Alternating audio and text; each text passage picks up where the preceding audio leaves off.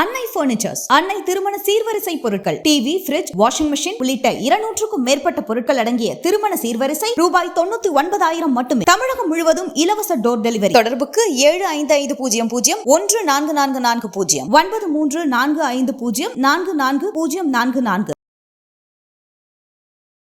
அதிமுக ஆட்சியில் 6000 கோடி கொள்ளை, ஊழல் திமிங்கிலமே வெளியே வந்திருக்கிறது. ஸ்டாலின் அறிக்கை. அவர் கொள்ளையடிக்கல, நீ கொள்ளையடிக்க விட்ட. ஏன் விட்ட? இது அது இல்ல. எதுப்பா? அவர் குடிக்க வைக்கல, நீ குடிச்ச. ஏன் குடிச்ச? ஆமா, இந்த மாதிரி ஐயா மாதிரி முட்டு கொடுக்கறதுக்காக தான் நம்ம ஷோக்குள்ள போறோம். ஷோக்குள்ள போலாமா? வெல்கம் டு அரசியல் அஞ்சல் பெட்டி. ஆனா நம்ம அரசியல் அஞ்சல் பெட்டியில முதல்ல வந்திருக்க அஞ்சல் எதுன்னு கேட்டீங்கன்னா, அதானி சபரீசன் சந்திப்பு, புகையும் நிலக்கரி ஊழல் அப்படின்னு கொண்டிருக்காங்க. இது எங்க புகையுது, என்ன புகையுது, ஒன்றும் புரிய மாட்டேங்கி. அதாவது முதல்ல வந்து 2012 16 வரைக்கும் ஜெயலலிதா அவர்களுடைய ஆட்சி காலகட்டத்தில் மின்சார தட்டுப்பாடுங்கிறது திமுக காலகட்டத்தில் இருந்துச்சு. அப்போ ஜெயலலிதா என்ன பண்ணாங்கன்னா, ஒரு 6 மாதத்துக்கு நிறைய கரண்ட் கட் பண்ணி கூடங்குளம் அணுவிலே ஒரு வழியாக திறந்துட்டாங்க. மக்கள் வாய மூடணுன்றதுக்காக ஒரு 6 மாதம் கரண்ட்டை கட் பண்ணாங்க. நம்ம கூடங்குளம் யாரும் எதிர்க்கல. அதுக்கப்புறம் வந்து கரண்ட் வேணும்னு சொல்லிட்டு அணுவிலே அதுக்கப்புறமா திறந்தாங்க. அதற்கு பிறகு வந்து நிறைய மின்சாரத்தை வாங்கும் திட்டங்களை கொண்டு வந்தாங்க. நேற்று கூட நம்ம பற்றி சொன்னோம். இப்போ என்னன்னா, அதற்கு பிறகு வந்து நிறைய நிலக்கரி வாங்கி நிறைய மின்சார உற்பத்திக்காக நிலக்கரி ஒப்பந்தங்கள் போட. நிலக்கரி ஒப்பந்தங்கள் அதுல வந்துட்டு அதானி வந்து இந்தோனேஷியாவில இருந்து நிலக்கரியை வாங்கி நம்ம கிட்ட வித்தாருப்பா. அவ்வளவுதானே, புரோக்கர் வேலை தானே பார்த்துருக்காரு. அதுலதான் முக்கியமான விஷயம் இருக்கு. அதாவது 800 கிராம் நிலக்கரியை எரிச்சா 1 யூனிட் மின்சாரம் கிடைக்கும். 800 கிராம். ஆமா, அதற்கான தரம் எவ்வளவுன்னு கேட்டீங்கன்னா கிட்டத்தட்ட ஒரு 3500 கலோரி எரிசக்தி கொண்ட நிலக்கரி. ஆனா இவர் என்னன்னா 5000 கலோரி கொண்ட எரிசக்தி கொண்ட ஒரு நிலக்கரின்னு சொல்லி நம்ம கிட்ட பொய்யா சொல்லி வித்துட்டாரு. டபுள் ரேட்ல அப்படியே. ஆமா, 3500 தரமே இருக்கக்கூடிய நிலக்கரியை இவர் 5000னு சொல்லி வித்துட்டாப்ல. இப்ப அந்த நிலக்கரி எரிச்சா நீ 800 கிராம் எரிச்சா வந்து உனக்கு 1 யூனிட் மின்சாரம் கிடைக்காது. அதை விட டபுளா எரிக்கணும். ஸோ அப்படி வந்து பொய்யாக நமக்கு நிலக்கரி வித்துட்டாரு அப்படின்னு சொல்லி அதானி மேல ஒரு தரமற்ற நிலக்கரியை வந்து தமிழக அரசுக்கு வித்துட்டாரு, ஊதி அடிச்சிட்டாருன்னு சொல்லி அவர் மேல. அது எப்படி நம்ம ஊதி அடிச்சாரு? $34 வாங்கி $90 நமக்கு வித்துருக்காப்ல. 3 மடங்கு விபூதி அடிச்சிருக்காப்ல. விபூதி எல்லாருக்கும் மூஞ்சில தான் அடிப்பாங்க. அவர் முழு மண்டைக்கு சேர்த்து பூசிட்டாப்ல, சந்தனம் பூசுற மாதிரி பூசிட்டாப்ல. பூசினதுக்கு அப்புறமா இதை சார்ந்து 2018 அறப்போர் இயக்கம் ஒரு கம்ப்ளைண்ட் கொடுக்குறாங்க. அறப்போர் இயக்கம் கம்ப்ளைண்ட் கொடுக்குறாங்க. கொடுத்ததற்கு பிறகு 2023 வரைக்கும் எந்த நடவடிக்கையும் இல்லை. 2023 வரைக்கும் 23 வரைக்கும். அதாவது ஐயா ஸ்டாலின் வந்து அன்றைய காலகட்டத்தில் அறிக்கை விட்டாரு, ஊழல் திமிங்கலம் வெளியே வந்துருச்சுன்னு சொன்னாரு. அவர் ஆட்சிக்கு வந்து நடவடிக்கை எடுக்கலையா? ஆமா ஆமா, பொய் சொல்லாதீங்கண்ணே. சரி ரைட். இப்போ எதிர்க்கட்சி தலைவருடைய அறிக்கை இருக்குல்ல, அதை படி. தமிழகத்தில் தரமில்லாத நிலக்கரியை இறக்குமதி செய்ததில் மட்டும் 607 கோடி ரூபாய் நஷ்டம். 2013 பிப்ரவரி முதல் 2016 வரை நிலக்கரி இறக்குமதி செய்ததில் மட்டும் 1599.81 கோடி ரூபாய் அரசு நஷ்டம் என இந்த கோமாளித்தனமான ஆட்சியின் அவலங்கள் அனைத்தையும் சிஏஜி ரிப்போர்ட் மூலம் வெளிவந்து விட்டது. கோமாளித்தனமான இது எப்போ போட்ட போஸ்ட்னா ஜூலை 11, 2018. இன்றைய முதலமைச்சர் வந்து அப்போ போட்டிருக்காரு. அதோட தொடர்ச்சியாக வந்து பேரதிர்ச்சி அளிக்கும் இந்த சிஏஜி அறிக்கையின்படி தரமற்ற நிலக்கரியை இறக்குமதி செய்து 1500 கோடி ரூபாய் அளவுக்கு நஷ்டம் ஏற்படுத்தியதில் உள்ள முறைகேடுகள் குறித்து சிபிஐ விசாரணைக்கு உத்தரவிட வேண்டும். இல்லை என்றால் திராவிட முன்னேற்ற கழகம் சார்பாக நீதிமன்றத்தில் வழக்கு தொடரப்படும் அப்படின்னு சொல்லியிருக்காரு. அதே வருடத்துல வந்து நிலக்கரியில வந்து ஊழல்ல பூனைக்குட்டி வரல, திமிங்கலமே வெளியே வந்துருச்சுன்னு சொல்லி வேற ஐயா அறிக்கை விட்டுருந்தாரு. சும்மா கிடப்பா, எதிர்கட்சி தலைவருக்கு வேற வேலையே கிடையாது. எடப்பாடி அப்படி இப்படித்தான். இது ஸ்டாலின் போட்ட இதுங்க, ஸ்டாலின் ஐயா கொடுத்த அறிக்கைங்க. அவர் எதிர்கட்சி தலைவராக இருக்கும்போது அவர் சொன்னா நியாயமா தான் இருக்கும். இப்ப வந்து அவர் கொள்ளையடிக்கல, ஐயா எடப்பாடி தான் கொள்ளையடிச்சிருக்காப்ல. இல்ல ஜெயலலிதா அவர்கள் தான் கொள்ளையடிச்சிருக்காங்க. கொள்ளையடிச்சாங்களா, கொள்ளையடிக்க விட்டாங்களா? அதான் கொள்ளையடிக்க விட்டுருக்காங்க. நீங்க ஏன் அவங்களை விட்டீங்க? இவர் ஏன் விட்டாரு? இப்ப ஸ்டாலினை ஏன் விட்டுருக்காரு அப்படின்னு சொல்லி நம்ம கேட்க வேண்டியதா இருக்கு.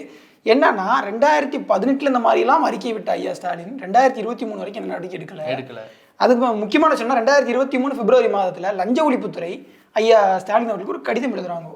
கடிதம்? ஆமா, நடவடிக்கை எடுக்கணுங்கோ, அதுக்கு அனுமதி கொடுங்கோ, அதானி மேல நடவடிக்கை எடுக்கணுங்கோ, அதுக்கு அனுமதி கொடுத்துட்டாரா? கொடுத்திருப்பாரு, என் கழக தலைவர் கொடுத்திருக்காரு. ஒரு வாரத்துக்கு முன்னாடி கொடுத்தாப்ல.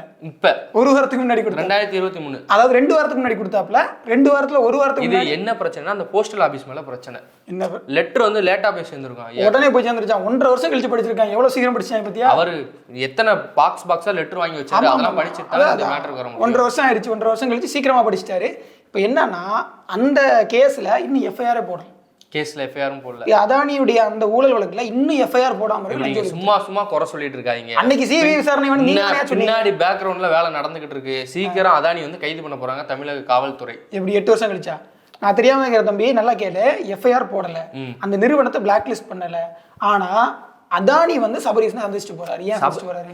ஃபோன் போட்டுருக்காங்க, நீங்க வரணும் இல்லாட்டா நாங்க இது தோண்டி எடுப்போம்னு வந்து அவர் மன்னிப்பு கேட்டுட்டு ஏதோ பண்ணிட்டு போயிருக்கான்னு சொல்லி. தோண்டி எடுப்போம்னு நிலக்கரியவா? நிலக்கரி இல்ல, அந்த கேஸ் கட்ட கண்ணு முன்னாடி இருக்கிறதுக்கு தோண்டி எல்லாம் எடுக்கிறீங்க. எடுத்து நீங்க வந்து இப்ப எங்களுக்கு வந்து என்ன விளக்கம் கொடுக்கணும், நாங்க வந்து உங்களை மரியாதையை கூப்பிடுறோம், அந்த விளக்கம் கொடுத்துருப்போம். சபரீசனை பார்த்து அவர் விளக்கம் கேட்கறது. சபரீசன் லஞ்ச ஒழிப்புத்துறையில இன்ஸ்பெக்டர், இன்வெஸ்டிகேஷன் ஆஃபீஸர். பேசாதீங்க, அவர் அரசியல் ஆசான். நேற்று தான் நாங்க பிறந்த நாள் வாழ்த்துலாம் கொண்டாடணும். ஆமாம், அது வேற இருக்குல்ல. இப்போ என்னன்னா மெரிடைம் காரிடார்னு இந்தியா ரஷ்யா இடையே வந்து ஒரு ஒப்பந்தம் உருவாயிருக்கு தம்பி. அது உட்பட நிலக்கரி ஊழலுக்கான விசாரணையும் சேர்த்து பேசுறதுக்காக தான் அதானி வந்து சபரீசன் சந்திச்சிருக்காப்ல. ஊழல் பத்தியும் பேசுறதுக்கு. ஆமா, அதுவும் இருக்கு. அது போக அந்த மெரிடைம் காரிடார்னு சொன்னாலே அதுல காட்டுப்பள்ளி துறைமுகமும் கூட வருது. அதனால காட்டுப்பள்ளி துறைமுகம் அதானியோட தானே. ஆமா. அதனால அந்த நலம் சார்ந்தும் வந்து சபரீசன் பேசியிருக்கிறாரு. அதனால சபரீசன் என்கின்ற தொழிலதிபர், அதானி என்ற தொழிலதிபர் 2 பேர் சந்திச்சு பேசியிருக்கிறாங்க. இது என்ன ஒண்ணுன்னா, அதானி வந்து மோடியோட கனெக்டட், சபரீசன் வந்து ஸ்டாலின் ஐயாவோட கனெக்டட். ஆமா. ஸோ 2 பேருடைய அந்த மத்திய மாநில சக்திகள் இணைந்து அதன் உரிமைக்கு குரல் கொடுப்போம், உறவுக்கு கை கொடுப்போம் அப்படின்னு கை கொடுத்துக்கிட்டாங்க. அதனால கூடிய விரைவில் அந்த நிலக்கரி ஊழல் என்பது ஆழ குழி தோண்டி அணுக்கழிவு மாதிரி புதைக்கப்பட்டுரும் அப்படின்றது மட்டும்தான் தெரியுது. ஆனா அடுத்த அஞ்சல் என்னன்னு பாத்தீங்கன்னா, தமிழகத்தில் மின் கட்டண உயர்வை தொடர்ந்து மின் சேவை கட்டணம், அதாவது இணைப்பு கட்டணமும் வந்து உயர்த்தப்பட்டிருக்கு. சர்வீஸ் சார்ஜும் உயர்த்திருக்காங்க.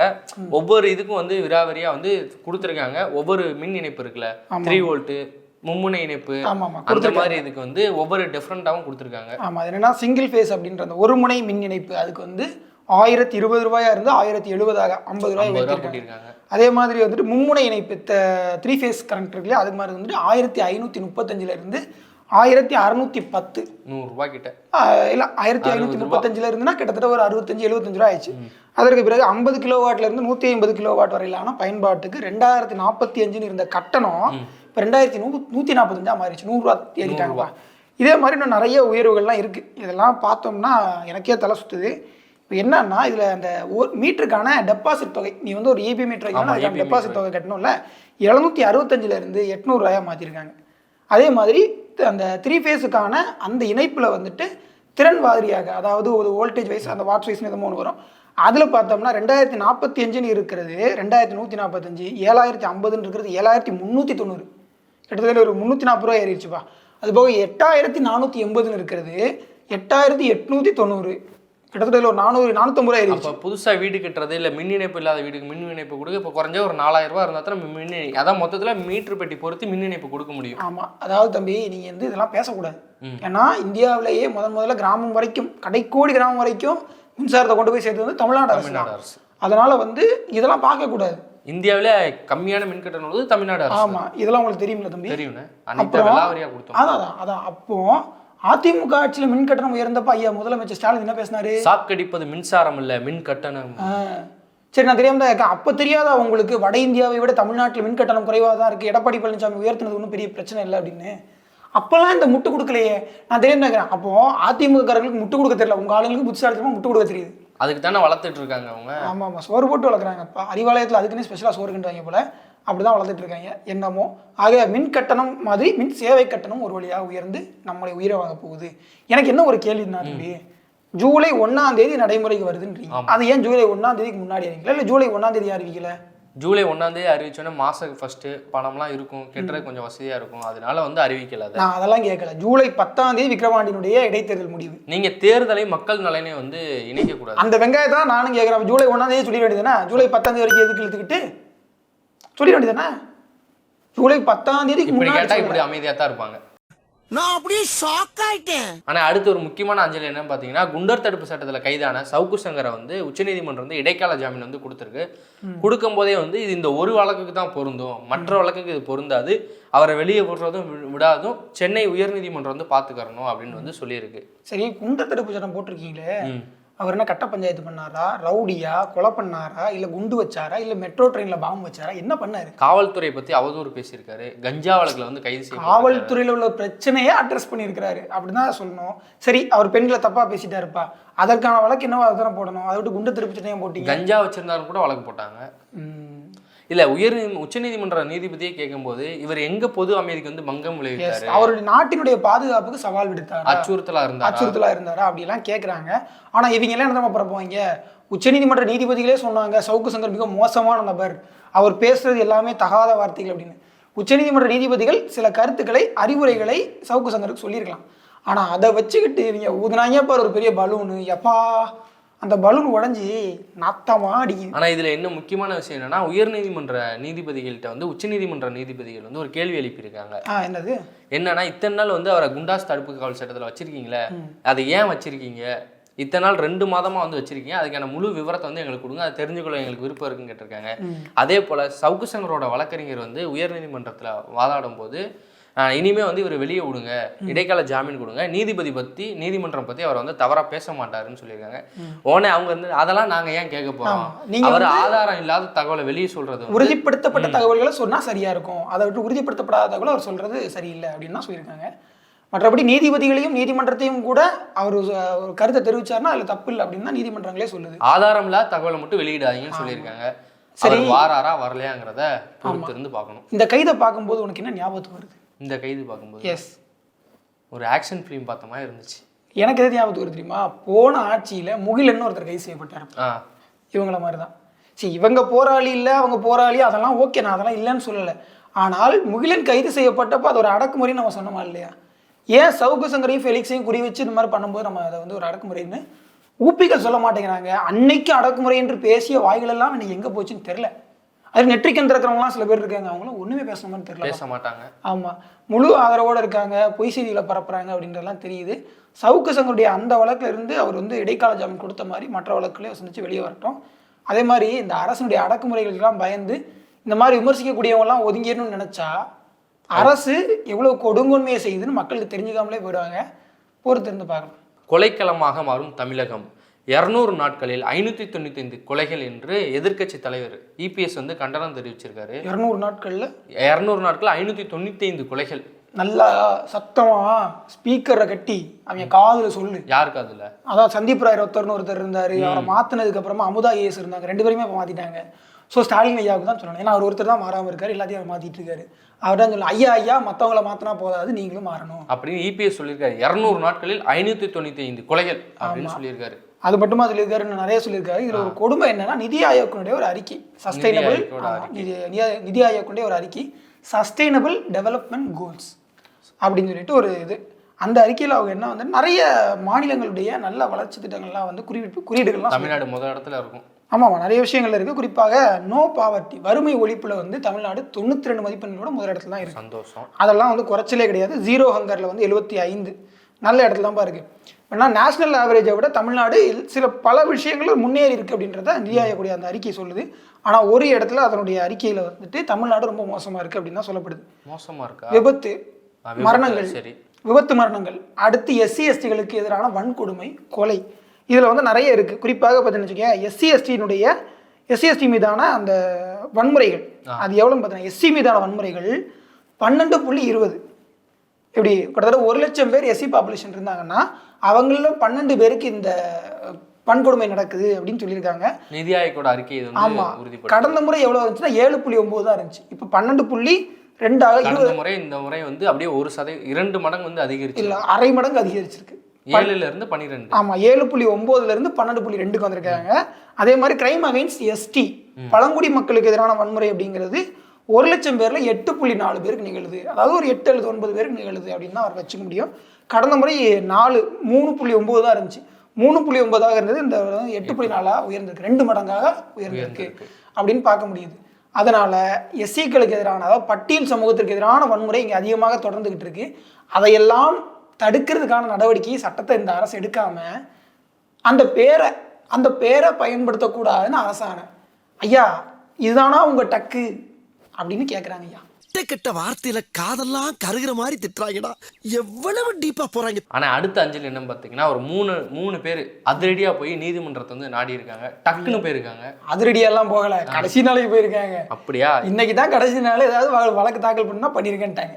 ஓபிஎஸ், நயினார் நாகேந்திரன், விஜய் பிரபாகர் நாயக் 3 பேர் வந்து தேர்தலில் வந்து எங்களை வந்து அந்த மாதிரி பண்ணி தோக்கடிச்சிட்டாங்க. அதாவது முறைகேடுகள் செய்து எங்களை வந்து தேர்தலில் தோக்கடித்து விட்டார்கள், மக்களவைத் தேர்தலில் எங்களுக்கு எதிராக போட்டியிட்ட வேட்பாளர்களுடைய வெற்றி செல்லாது அப்படின்னு வழக்கு பதிவு பண்ணியிருக்காங்க. அதனால மறு வாக்கு எண்ணிக்கை வேணும் அப்படின்னு சொல்லிட்டு அவங்க கேட்டிருக்காங்க. ஏற்கனவே இதுல பிரச்சனையை வந்து முதல்ல எழுப்பினது யாருன்னா எனக்கு தெரிஞ்சு விஜய் பிரபாகரன் தான். ஏன்னா அவர் வந்து ரொம்ப குறைந்த ஓட்டு 4000 ஓட்டு வித்தியாசத்துல வந்து தோத்து போனாரு. டெல்லி வரைக்கும் போய் அவர் வந்து கொடுத்துட்டு வந்தாரு மனு தேர்தல் ஆணையத்தில் கொடுத்துட்டு வந்தாரு. ஜூன் 8, 9 அந்த டைம்ல ஒரு 10 அந்த வாக்கெடுப்பு நடந்து ஒரு 10 நாளுக்குள்ள தான் கொடுத்துருப்பாரு. ஸோ இப்படி வந்து நிறைய குற்றச்சாட்டுகள் அவங்க பக்கம் இருக்கு. ரெண்டாவதா கொடுத்தவர் கேட்கும்போது நான் அதிர்ச்சி அடைஞ்சிட்டேன். யாரு? நயினார் நாகேந்திரன். அவருக்கு என்ன 4 கோடி 4 கோடி அவர் கொடுத்திருந்தாருன்னா ஜெயிச்சிருப்பாருன்னு சொல்லி அப்படிலாம் கிடையாது. பின்வட்டாரங்கள் சொல்லிக்கிட்டாங்க. 4 கோடி நயினார் நாகேந்திரன் அவர்கள் வந்து நான் கொடுக்கலைங்க, அது என்னோட பணம் இல்லைங்க அப்படின்னு சொல்லிட்டு வந்துட்டாப்ல தேர்தல் நாள் அந்த விசாரணையில சொல்லிட்டு வந்தார். இப்போ என்னன்னா அவர் வந்து எங்களுடைய தொகுதியில வந்து அவர் ஜெயிச்சது செல்லாது. திருநெல்வேலியுடைய யார் ஜெயிச்சது? திருநெல்வேலியில ராபர்ட் ப்ரூஸ் நினைக்கிறேன், அவர் வந்து எம்பி ஆனது செல்லாது அப்படின்னு சொல்லி அவர் வழக்கு போட்டிருக்காரு. ஸோ இங்க 2 பேரா இன்னொரு 3வது பலாப்பழம் ஒன்று வந்திருக்காரு. அதாவது ஓபிஎஸ் அவர்கள் சேர்த்துக்கங்கன்னு கிடந்து கதறிட்டு இருக்காப்புல. அவர் வந்து சேர்த்துக்கலாம் முடியாது பார்த்துக்கலாம் அப்படின்னு சொல்லிட்டு இருக்காரு எடப்பாடி பழனிசாமி. ஸோ அவர் வந்து இது எப்படின்னு தான் தெரியல. அவரு ஒரு 4000 ஓட்டு வித்தியாசம் சரி, அது நியாயம் இருக்கு. ராபர்ட் புரூஸுக்கும் நயினார் நாகேந்திரனுக்கு எனக்கு தெரிஞ்சு 1.5 லட்சம் வாக்கு வித்தியாசம்னு நினைக்கிறேன். இவருக்கு எவ்வளவு வாக்கு வித்தியாசம்லாம் தெரியல. ஆனால் ஒரு பெரிய மார்ஜினில் தான் நவாஸ்கனி ஜெயிச்சாப்ல. ஸோ நியாயமே இல்லாத நியாயப்படுதுன்னு நினைக்கிறீங்க. பார்ப்போம். சலோ பாகிஸ்தான் அப்படின்னு ஒருத்தர் சொல்லியிருக்காரு.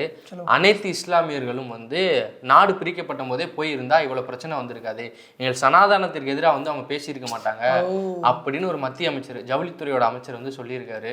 ஓகே, அவருக்கு என்ன சொல்ல போறோம்? அவருக்கு என்ன சொல்ல போறோம்னா, இதுக்கு முன்னாடி வந்து இன்னொருத்தர் பேசினாரு. அவர் யாருன்னா சுவேந்த் அதிகாரி சொல்லிட்டு மேற்கு வங்கத்தினுடைய அரசியல்வாதி. அவர் முதல்ல எங்க இருந்தாரு தெரியுமா? எங்க? மம்தா அவங்களுடைய கட்சி திரிணாமுல் காங்கிரஸ்ல இருந்தாரு. சாரதா ஸ்கேமோ நாரதா ஸ்கேமோ ஏதோ ஒரு ஊழல் வழக்குப்பா. அவங்க தான் ஊழல் வழக்குன்னா உடனடியாக வாஷிங் மிஷினில் போட்டு வாஷிங் மிஷினில் போட்டு உடனடியாக உஜாலா தண்ணி தொலைச்சி அப்படியே சேர்த்துக்கிட்டாங்க. ஆமாம், உஜாலா ஒயிட் ஆக்கி உடனடியாக பாஜக சேர்த்துக்கிட்டாங்க. அந்த சுவேந்த அதிகாரி வந்து என்ன பேசினார்னா, பெங்கால் நம்ம தோத்தது காரணம் பெங்கால் முஸ்லீம்ஸ் தான். ஓ அப்படி அப்படின்னு பேசினாரு. அப்படி பேசினதுக்கு பிறகு இப்போ வந்து நம்ம டெக்ஸ்டைலுடைய மினிஸ்டர், அவர் பேர் என்னது, கிரிராஜ் சிங், அவர் என்ன பேசியிருக்காரு, இஸ்லாமியர்கள் எல்லாம் பாகிஸ்தானுக்கு அனுப்ப வேண்டும் அப்படின்னு. அப்போ உங்களையெல்லாம் ஹைபர் போலன் கணவாய் வழியா மத்திய அந்த ஸ்டெப்பி புல் வழியா அங்கே தான் அனுப்பணும் போல, அந்த லெவலில் தான் நீங்கள் எல்லாம் இருக்கீங்க. அவர் சொல்லும் போது சொல்றாரு 1947 நாடு பிரிச்சு கொடுத்தாச்சுல, அப்பயே போயிருக்க வேண்டியதானே, எதுக்கு இங்கே இருக்கீங்க அப்படின்னு கேட்டிருக்காரு. 47 வரைக்கும் தான் வரலாறு, அதுக்கு முன்னாடி கிடையாது. அது அவர் தெரியாது இல்லை. சரி, இப்போ மினிஸ்டர் வந்து இப்படி பேசியிருக்காரு இல்லையா, இவர் மட்டும் தான் அப்படி பேசியிருக்காருன்னு கேட்டால் கிடையாது. ரமேஷ் பிதூரின்னு ஒருத்தர் இருப்பான். அவர் என்ன சொல்றாப்புல, இஸ்லாமியர்களை வெட்டுங்கள் கொள்ளுங்கள். ஏன் இந்த கடந்த நாடாளுமன்ற தேர்தலில் ஒரு அம்மா பேசுது, ஜெய் ஸ்ரீராம் என்று முழக்கமிட்டு கொண்டு மசூதி முன்னாடி போங்க, இஸ்லாமியர்களை வெட்டுங்கள் கொள்ளுங்கள், அவரை நான் அப்படி பண்ணுவோம் பேசுறாங்க. இதெல்லாம் விட நரேந்திர மோடி அவர் என்ன பேசினாரு, உங்களுடைய தாலி முதற்கொண்டு பிடுங்கி இஸ்லாமியர்கள்ட்ட கொடுத்துருவாங்க அப்படின்னு பேசினாரு. அமித்ஷா என்ன பேசினாரு, இஸ்லாமிய இடஒதுக்கீடு நாங்கள் ரத்து செய்வோம் அப்படின்னாரு, இஸ்லாமியர்களுக்கு இடஒதுக்கீடு கொடுக்க மாட்டோம் அப்படின்னு பேசினாரு. இந்த மாதிரி உள்துறை அமைச்சராகவும் பிரதமராகவும் இருக்கிறவங்களே இப்படி பேசினாங்கன்னா கீழே இருக்கிறவங்க அப்படிதான் பேசுவாங்க. அப்படிதான் கிரிராஜ் சிங் பேசியிருக்கிறாரு. என்ன அவங்களுக்கு சொல்லணும், படிங்கடான்னு சொல்லணும். இல்லை நல்ல மனநல மருத்துவமனையில் போய் சேருங்க. Mental health care is your care, please care. சாட்டை எடுத்து நாட்டை திருத்து, இளம் தலைமுறை தானே நீ